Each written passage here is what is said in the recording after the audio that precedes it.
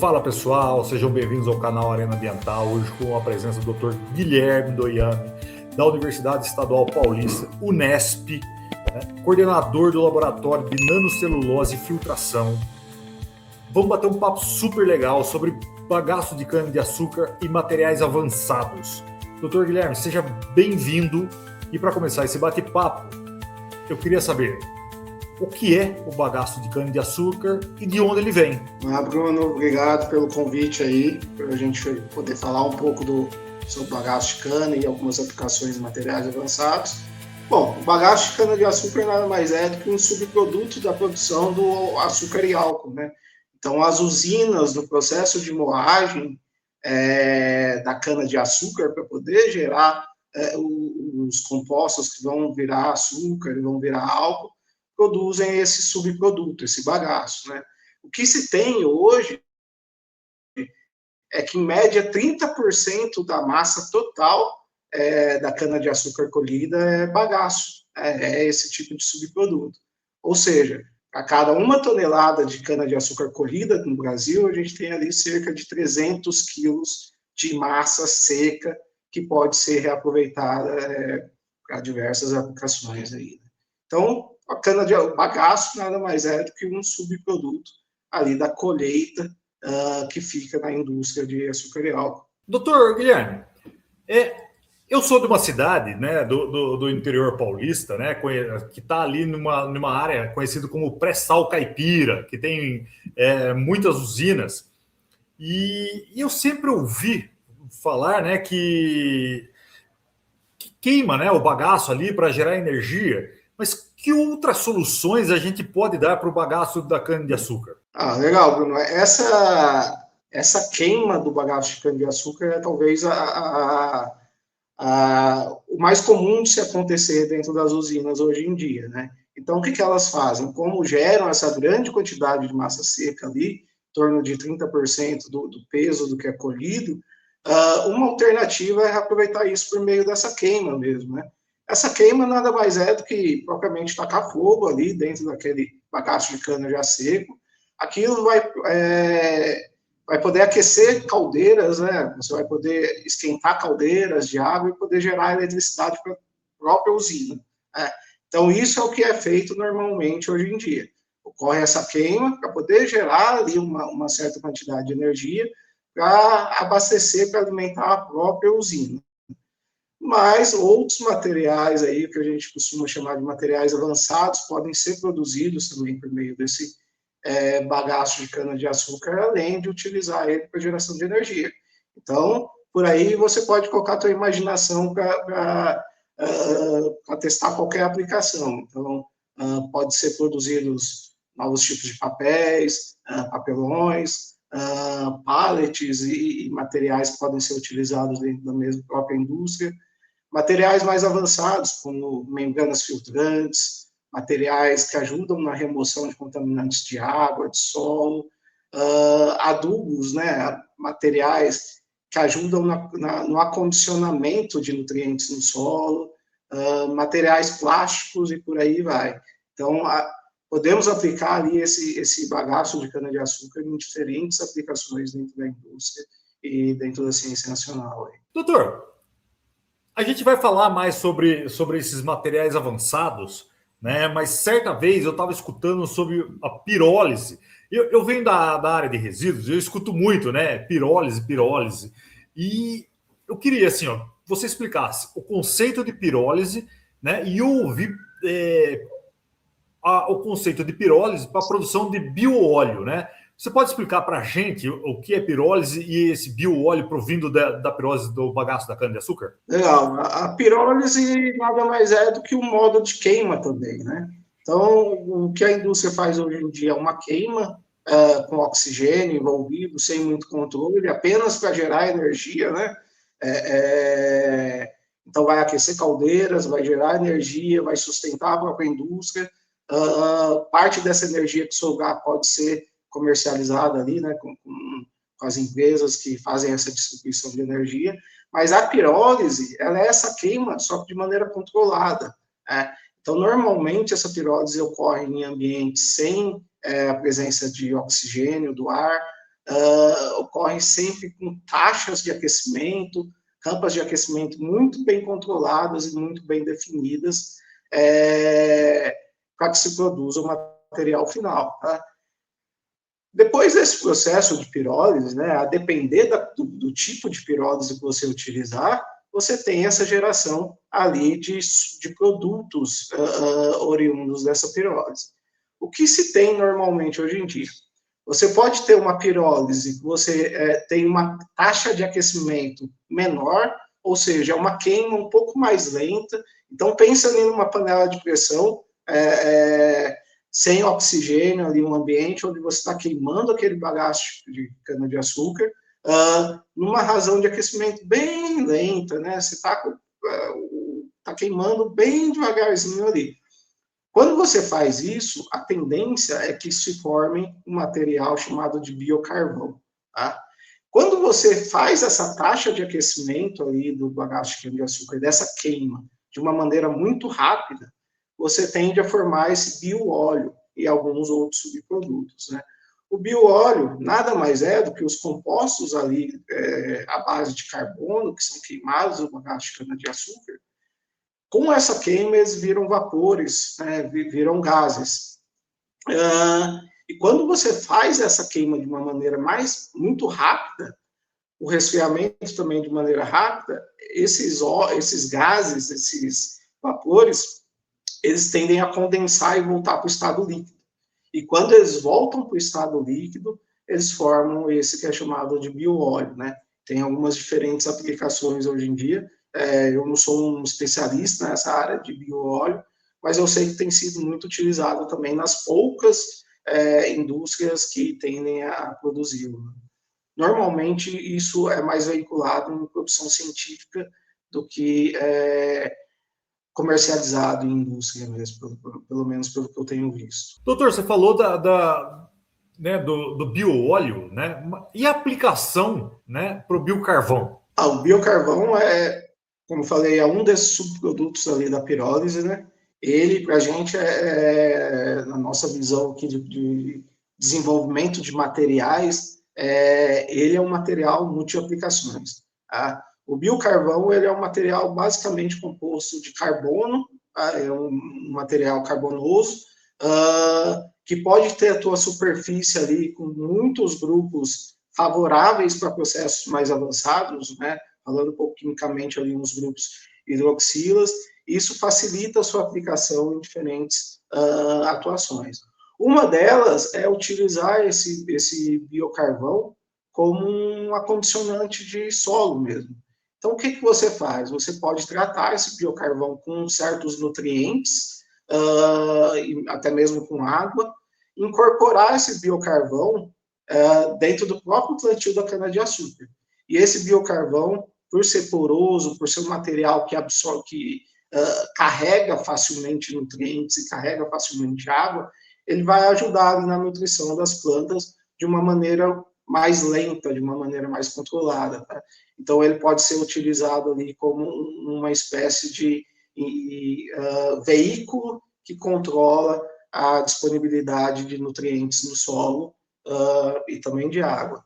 Além disso, por ele ser um material muito poroso, né, depois que ele sofre alguns processos químicos ali de ativação, ele pode atuar como um material altamente adsorvente de contaminantes, tanto no solo como na água.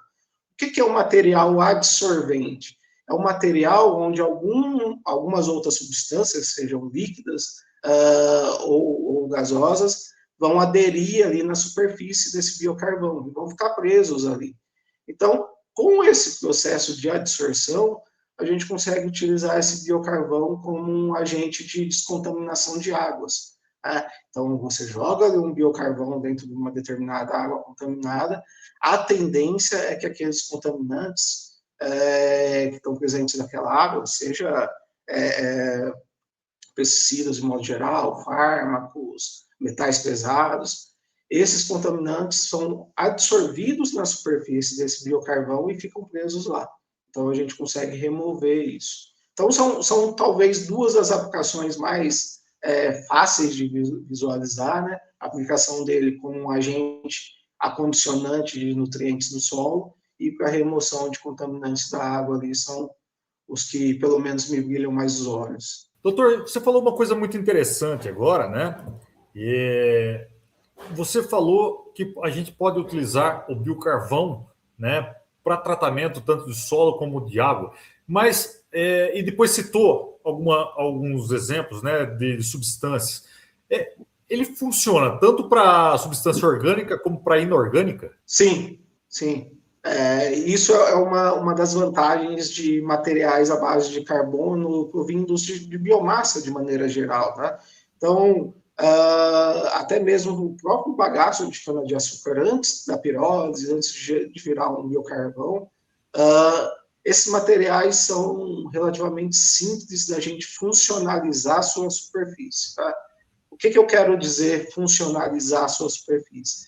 Quer dizer que eu consigo anexar ali, em cima da estrutura desse carvão, alguns grupos químicos que facilitam a interação desse biocarvão ou do bagaço, né, voltando antes da pirólise, que facilitam essa interação com determinadas substâncias orgânicas ou inorgânicas. Tá? Então, por ser um material relativamente simples, né, uma cadeia carbônica à base de carbono, hidrogênio, oxigênio e alguns outros grupos funcionais já ativos, é muito fácil a gente anexar. Então, por exemplo, trabalhos que a gente tem desenvolvido no nosso laboratório de pesquisa são colocar grupos com carga positiva na biomassa, né, no bagaço de cana-de-açúcar, na verdade não é biocarvão ainda, porque a gente não fez a queima, e com essa carga positiva ele tende a atrair substâncias que têm uma carga mais negativa. Então a gente consegue facilitar esse processo de remoção de substâncias de carga negativa. E assim a gente vai brincando ali, como se fossem pecinhas de Lego mesmo, sabe? Se a gente vai colocando grupos na superfície do biocarvão ou do bagaço de cana-de-açúcar, que vão facilitar com que outras substâncias grudem ali e absorvam esse material. Então, isso torna o bagaço de cana-de-açúcar um material ótimo para aplicações em descontaminação de ambientes. Doutor, eu anotei aqui um dado que você falou que 30%, né, aproximadamente, né, ali da produção de álcool e açúcar, 30% é bagaço, né? E uma pergunta, então, matéria-prima a gente tem, né? Qual que é o gargalo, né, para que isso se torne escalável, né? É tecnologia, né?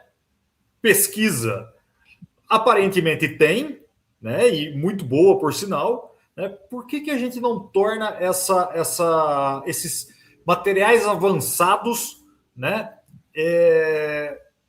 Ou encontra eles no mercado de forma geral? O que acontece? Qual é o gargalo? Eu posso talvez citar algumas questões que talvez dificultem esse processo.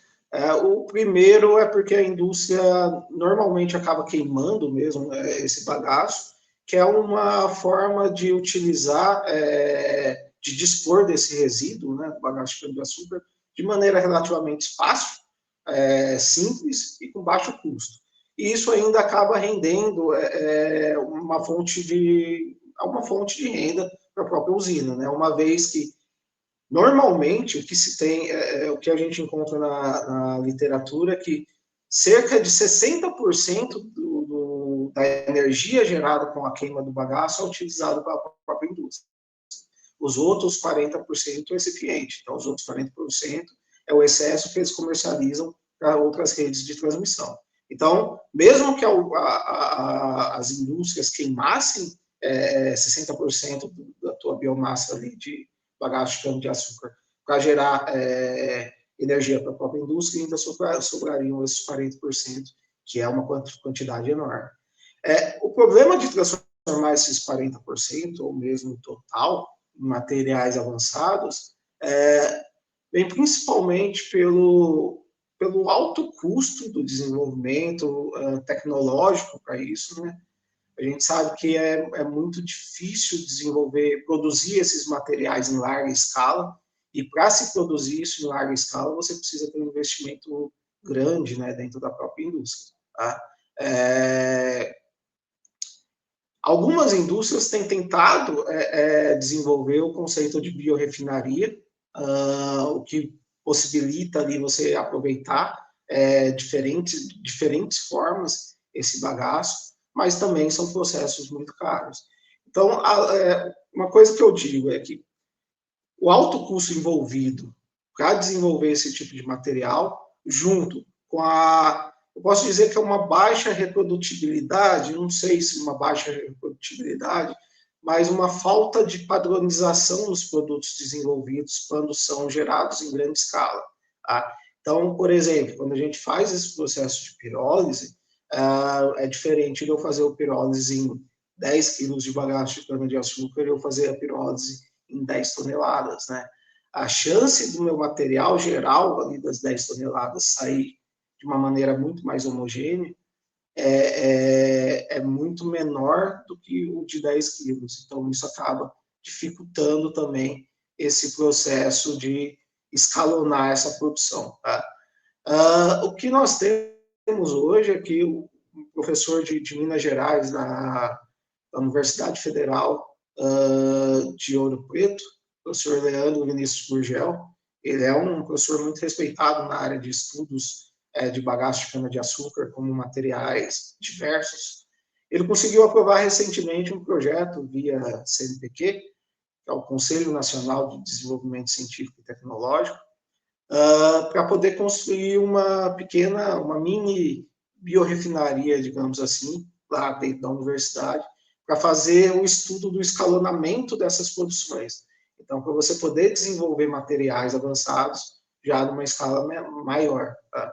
Mas, como eu disse, ainda precisa muito estudo para a gente tentar escalonar isso de maneira muito eficiente. Doutor, e é curioso, porque enquanto você falava, você me deu alguns dados, né? E eu fui buscar aqui, né, que o Brasil produz 673 milhões aproximadamente de toneladas de cana, né?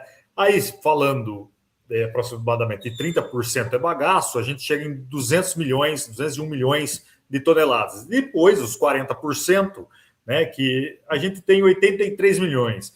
Então, vai muito de encontro, né, o que você está falando, né? A gente precisaria processar 83 milhões de toneladas desse bagaço para transformar em materiais avançados.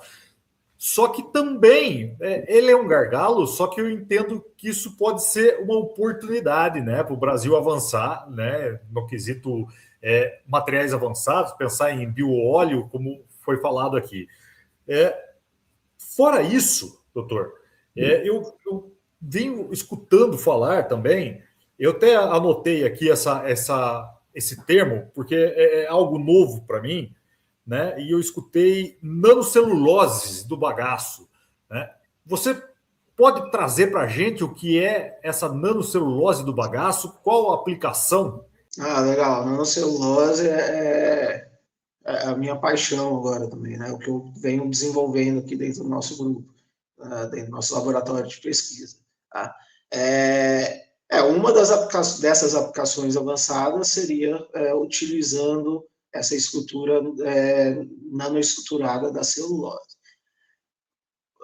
Para explicar um pouco o que é nanocelulose, a gente tem que entender um pouco da composição da biomassa de maneira geral. Tá?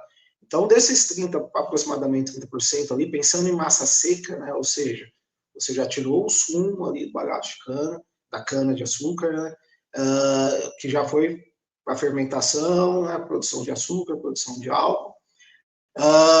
Então, o que você tem ali naquele bagaço seco, você tem, basicamente, celulose, hemicelulose e lignina. Esses são os três compostos que compõem uma biomassa qualquer. Então, qualquer planta que você pensar, se ela estiver seca, sem água, você tem basicamente esses três componentes. Então, celulose, lignina e hemicelulose. Cada um desses materiais tem uma função diferente ali para manter aquela planta de pé, né? Para manter as atividades da planta como um total e sua estrutura física, de fato. A lignina, ela atua basicamente como um agente ligante ali, tá? Ela atua como uma cola, então ela tenta unir todas aquelas estruturas que estão ali. A hemicelulose, elas são compostos mais fáceis de gerar açúcar, e ela também está funcionando ali na estrutura, tentando ligar as fibras de celulose. Então, se a gente pensar numa planta total composta desses três componentes, a celulose ela é uma fibra bem pequenininha, uma estrutura bem pequenininha que está colada com parte dessa lignina e parte dessa hemicelulose.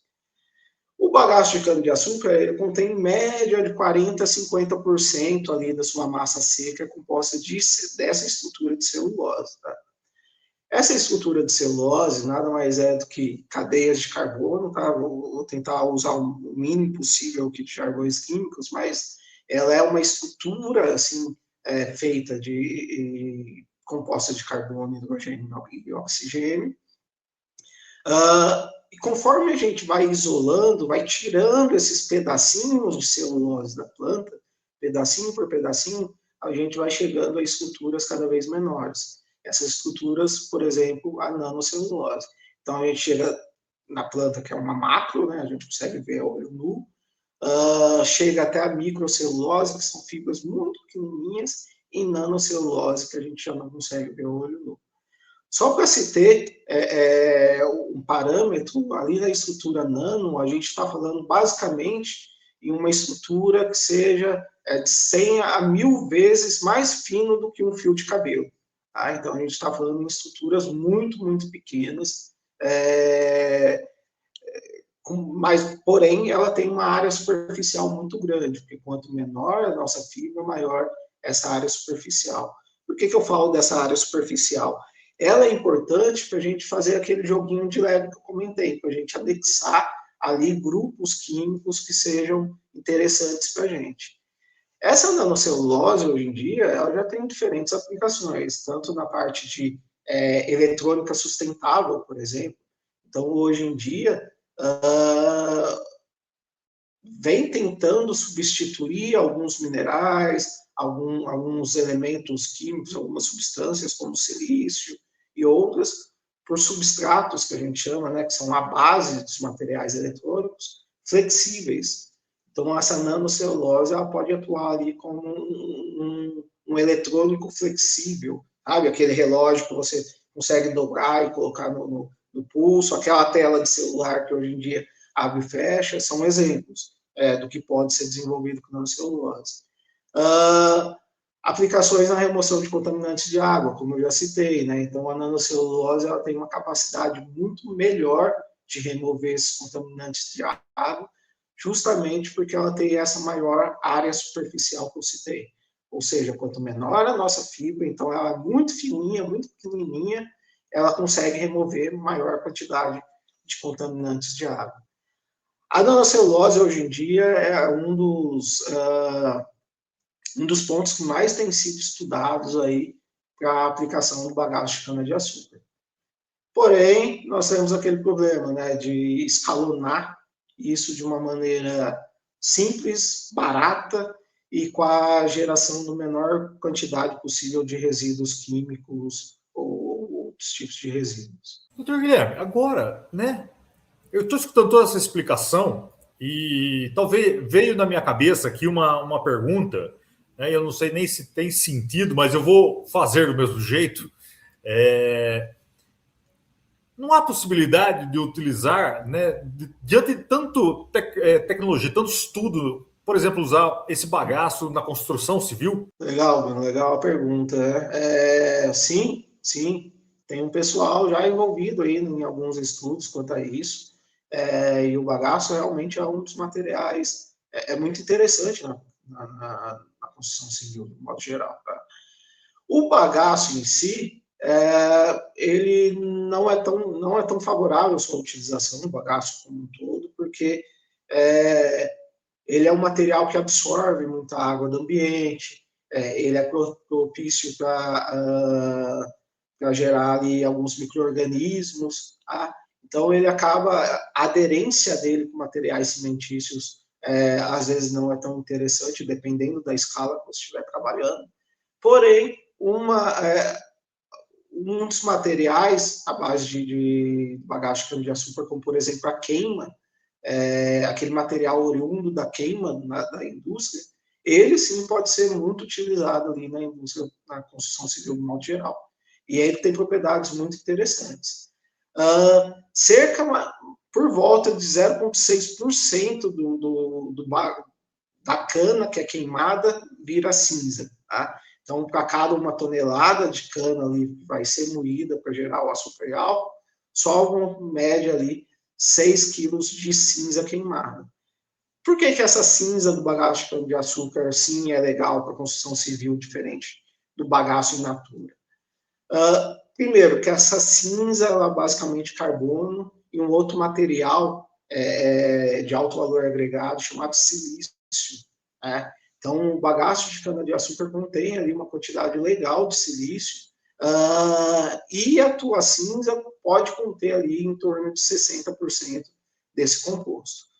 O silício ele é muito utilizado em muitas indústrias, né? Desde a eletrônica, indústria de borracha, indústria de plástico, e principalmente na da construção civil. Tá? Esse silício e toda a cinza, né, de maneira geral, eles são materiais que são chamados materiais de atividade pozolânica. O que são esses materiais de atividade pozolânica?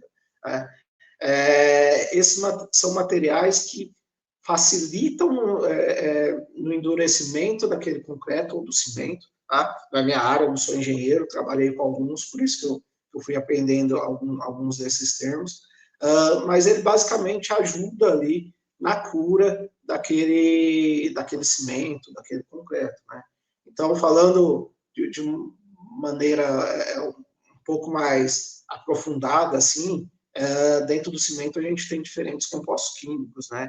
Hidróxidos, alguns outros minerais. E eles precisam nuclear, né? Eles precisam crescer para que aquele cimento endureça e ganhe a rigidez que é necessária. Então, a cinza do bagaço de cana-de-açúcar pode ser utilizada nesse sentido, como material ali para substituir parte de areia, por exemplo, né? Ou parte de agregados miúdos, e facilitar aí no processo de endurecimento do concreto e do cimento de modo geral. Assim como na construção, na pavimentação também. Tá? Então, pavimentação é outra área interessante que você pode utilizar subprodutos ali da cana-de-açúcar, como a cinza, o bioóleo ou algumas outras resinas da lignina, por exemplo. Então, a construção civil é uma área que tem se mostrado bem interessante para o pessoal que estuda aplicações de bagaço de cana e seus produtos. Doutor, a gente não pode perder, né, a oportunidade aqui de tentar expandir a nossa conversa, né, e aproveitar todo o seu know-how, todo o seu conhecimento, porque eu já ouvi falar, né, de produção de etanol, né, celulósico, né? Você sabe explicar para a gente o que é isso, por que é tão difícil, ou por que a gente não escuta falar que essa produção é em grande escala? O etanol de segunda geração, né, o etanol celulósico, ele é muito interessante, tá? Tem algumas indústrias grandes que estão tentando embalar isso. O Brasil não é o único que faz isso, mas com certeza, nós estamos há anos-luz aí de alguns outros países, tá? Eu já vi comentários que a China tem tentado desenvolver coisas com palha de arroz, Estados Unidos com palha de milho, alguns países da Europa tentam desenvolver isso com cavacos de madeira, coisas do tipo. E o Brasil, como a gente tem uma indústria de açúcar e álcool muito grande, um bagaço de cana-de-açúcar seria uma matéria-prima aí que a gente tem a rodo para produzir esse etanol. Tá? O que seria esse etanol de segunda geração, o etanol celulósico? Né? Muitas vezes vocês vão ver escrito como E2G, etanol de segunda geração. Para se produzir o etanol de primeira geração, o etanol comum, o que se faz? O pessoal da indústria vai lá no campo, colhe a cana-de-açúcar, moe ela para tirar todo o caldo, né, daquela cana-de-açúcar, aquele caldo vai passar por fermentação, e depois aquele processo de fermentação, né, algumas leveduras, alguns compostos biológicos, vai gerar o álcool, vai transformar o açúcar daquele caldo de cana em álcool, legal? Então, esse é o processo convencional. Depois, óbvio, vem aquilo lá é destilado, né, para separar o álcool da água e dos outros compostos. Qual que é a diferença do etanol de segunda geração, né, o celulose? A diferença é que para produzir esse etanol de segunda geração, você não utiliza o caldo da cana-de-açúcar.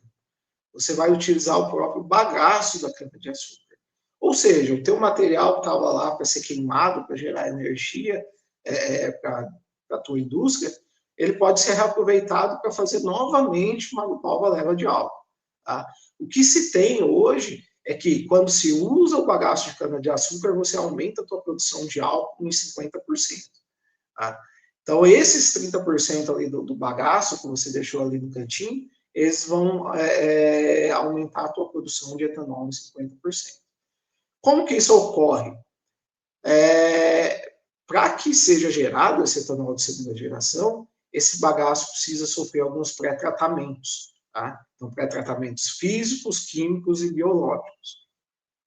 Durante esses pré-tratamentos, aquele bagaço, aquela celulose, né, aquela estrutura de carbono, oxigênio e hidrogênio que a gente comentou, ela vai ter que começar, ela vai começar a se quebrar e vai deixar de ser celulose e vai se transformar em açúcar. Uma vez que essa estrutura celulósica vai se transformando em açúcar, você tem ali uma matéria-prima para geração do álcool, né? Então, ali dentro desse açúcar vão entrar novas leveduras, novos compostos biológicos, e esses compostos vão converter ali aquele açúcar novamente em álcool. Por que que isso não tem sido propagado com tanta eficiência, assim, digamos, ou de maneira tão rápida? Porque realmente é um custo grande, tá? A princípio. Primeiro, que esses processos não são processos simples e baratos, a princípio.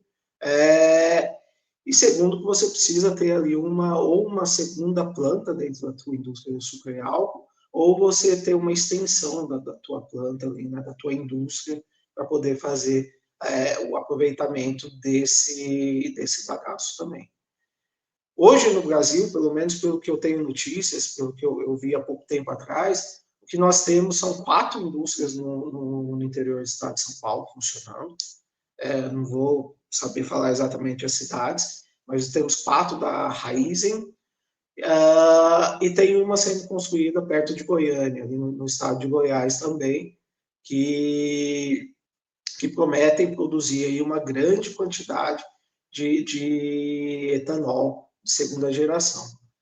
O que eu li recentemente nessas reportagens é que com essa planta, né, com essa extensão da fábrica para produzir o etanol de segunda geração, conseguem se produzir em média ali de 2 bilhões de litros de etanol por ano a mais, tá, do que a indústria ali está produzindo, que seria 4 milhões, então, 4 bilhões. Então, ali em média desses 50% a mais.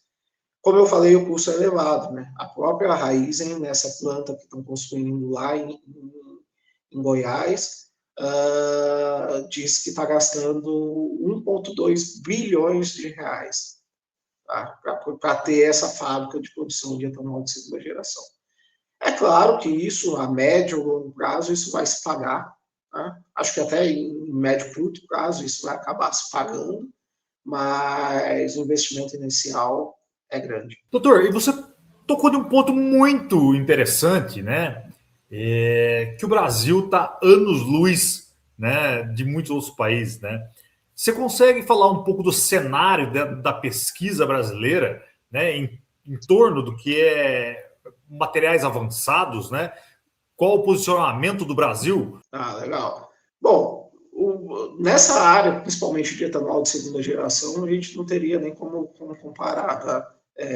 O Brasil, em termos de biocombustível, sempre teve muito mais avançado, né, do que os outros países. Então, por isso que a nossa indústria aqui de açúcar e álcool acaba exportando muito, né, material, e é uma das mais bem desenvolvidas assim, no cenário nacional. Em termos de materiais avançados em geral, o Brasil tem contribuído significativamente para a literatura internacional. Tá?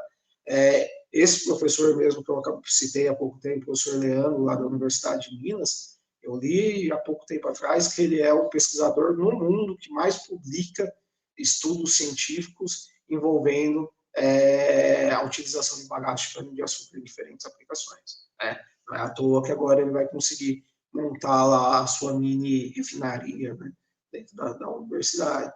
Então, existem muitos pesquisadores no mundo buscando soluções para a utilização de resíduos de biomassa de maneira geral, tá? Não só da cana-de-açúcar. Então, a Finlândia é um país que trabalha muito com isso, porque eles são muito fortes na produção de madeira, né? Então eles têm florestas muito grandes, o reflorestamento deles é muito avançado, e eles fazem muito estudo envolvendo esse material oriundo ali da própria indústria madeireira. Os Estados Unidos contribui, de certa forma, né, porque é um país bem desenvolvido, então tem acesso a outras tecnologias, mas o Brasil ele se destaca muito nessa aplicação de materiais avançados com base da biomassa. O Brasil é um país muito privilegiado quando a gente fala de natureza, né, de modo geral. Então, a gente pode pensar até além dos resíduos agroindustriais, né, que são resíduos que a própria indústria proporciona para a gente como bagagem de cana-de-açúcar, como, por exemplo, galhos, folhas de florestas, de parques. Tem alguns estudos que já envolvem isso, a utilização das folhas que caem das árvores em alguns parques, como utilizar essas folhas para desenvolver materiais avançados, como fazer a extração da celulose, sempre buscando ali o desenvolvimento de um material o mais sustentável possível, com a geração de menor resíduos possível, e pensando nesse sentido de, alguma forma, uma economia circular, né, da gente tirar esse resíduo ali do meio ambiente e transformar ele num material que possa ser utilizado ou em outra aplicação, ou para voltar para aquele próprio ambiente. Doutor, a gente está chegando ao final do nosso bate-papo, mas eu queria, né, uma mensagem, né, que você nos deixasse uma mensagem para onde vai, né, a pesquisa sobre materiais avançados. O que nós podemos esperar para os próximos anos? Legal. Bom, a gente tem muita coisa surgindo aí, muita coisa que eu tenho visto de perto até. Então, uma das aplicações para bagaço de cana-de-açúcar o biomassa em materiais avançados, realmente na eletrônica flexível, que são materiais eletrônicos, circuitos eletrônicos muito mais baratos, né, que tem uma pegada de carbono muito menor, né, porque você não é necessário fazer processo de mineração para extrair elementos, metais ali do ambiente. Então, você utiliza o próprio bagaço para poder fazer esses contatos eletrônicos, né? Como eu falei, o bagaço de cana-de-açúcar e a biomassa, de uma maneira geral, as plantas, elas são muito flexíveis para a gente trabalhar. A gente consegue colocar nossas pecinhas de Lego, nosso tijolinho do jeito que a gente quer. Então, uma das aplicações seria transformar esse bagaço de cana-de-açúcar em superfícies de carbono condutor. Tá? Então, isso já está virando realidade. Eletrônicos flexíveis, eletrônicos vestíveis, né? Então, aqueles relógios, você teria tudo incorporado dentro de uma única, da única,